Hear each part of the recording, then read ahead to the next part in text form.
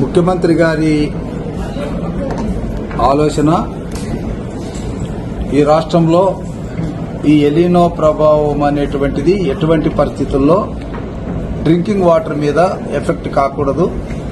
కాబట్టి ఏదైతే availability of water ఉందో ఆ వాటర్ని పూర్తి స్థాయిలో 4 స్పెల్స్గా డ్రింకింగ్ వాటర్కే సమకూర్చాలన్నటువంటి ఒక direction.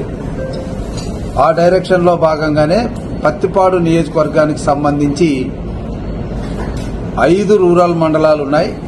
Right from Kakumanu, Pedanandipadu, Pattipadu, Otticherukuru, Guntur rural. అదేవిధంగా కార్పొరేషన్ పరిధిలో ఉన్నటువంటి 8 డివిజన్లు. దీనికి సంబంధించి మాకు సోర్స్ అనేటువంటిది గుంటూరు ఛానల్ 1, తర్వాత కృష్ణా వెస్టర్న్ డెల్టా, ఎన్ఎస్పి. ఈ 3 సోర్సుల నుంచి మాకు డ్రింకింగ్ వాటర్ అనేటువంటిది సప్లై చేయబడుతుంది.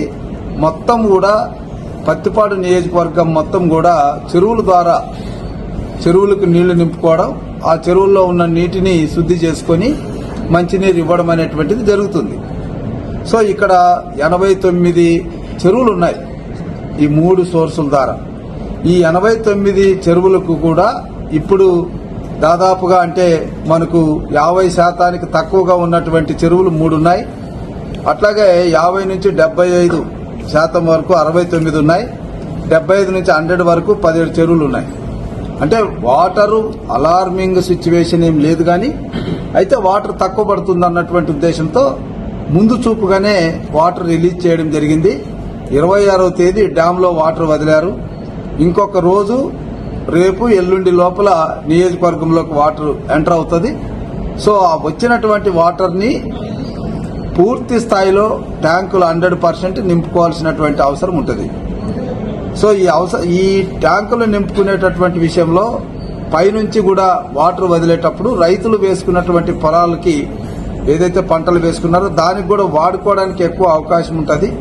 బట్ ఇప్పుడున్న ప్రజెంట్ పరిస్థితుల్లో పొలాలకి నీళ్లు ఇచ్చేటటువంటి పరిస్థితి లేదు. కాబట్టి పోలీసు వారిని కూడా మేము కోరుతున్నాం. ఎందుకంటే రైట్ ఫ్రమ్ ఎడ్లపాడు నుంచి నల్లపాడు, పత్తిపాడు, పెదనందిపాడు, ఒట్టిచెరుకూరు, కాకుమాను ఈ పోలీస్ స్టేషన్లలో కూడా మనకు గస్తీ చేయాల్సినటువంటి అవసరం ఉంటుంది. అట్లాగే ప్రజలు కూడా డ్రింకింగ్ వాటర్ మనకు ముఖ్యం కాబట్టి అందరూ కూడా సహకరించాలి. ఇటు irrigation department, RWS department, Panchayati Raj department, మరి పోలీస్ డిపార్ట్మెంటు, ఈ 4 డిపార్ట్మెంట్ల యొక్క కోఆర్డినేషన్తో ఈ వాటర్ని ఫుల్ఫిల్ చేసుకోవడం అనేటువంటిది జరుగుతుంది. ఇక్కడ మెయిన్గా పంచాయతీరాజ్ సంబంధించి మండల్ డెవలప్మెంట్ అధికారులని, అట్లాగే స్పెషల్ ఆఫీసర్లని, గ్రామ పంచాయతీ ఏఈల్ని, అదేవిధంగా మన సెక్రటరీని నేను కోరుతున్నది ఏంటంటే, మీ దగ్గర 15th ఫైనాన్స్ డబ్బులు ఉన్నాయి. సో ఆ డబ్బుల్లో ఫస్ట్ ప్రాధాన్యత డ్రింకింగ్ వాటర్కి ఇవ్వాలి. కాబట్టి ఆర్డబ్ల్యూఎస్ డిపార్ట్మెంటు ఏ రకమైన వర్కులు కోరినా అక్కడ పైప్ లైన్ వేయాలని కానీ, లేదా కొంత డైవర్షన్ చేయాలని కానీ, లేదా అడ్డుకట్టు వేయాలని కానీ, వాటరు ఈజీగా ఫ్లో అవడానికి ఏ చిన్న సమస్య ఉన్నా ఆ సమస్య ఆర్డబ్ల్యూఎస్ డిపార్ట్మెంట్ ప్రతిపాదిస్తే పంచాయతీరాజ్ వాళ్ళు విధిగా దాన్ని చేయాల్సినటువంటి అవసరం ఉంటుంది.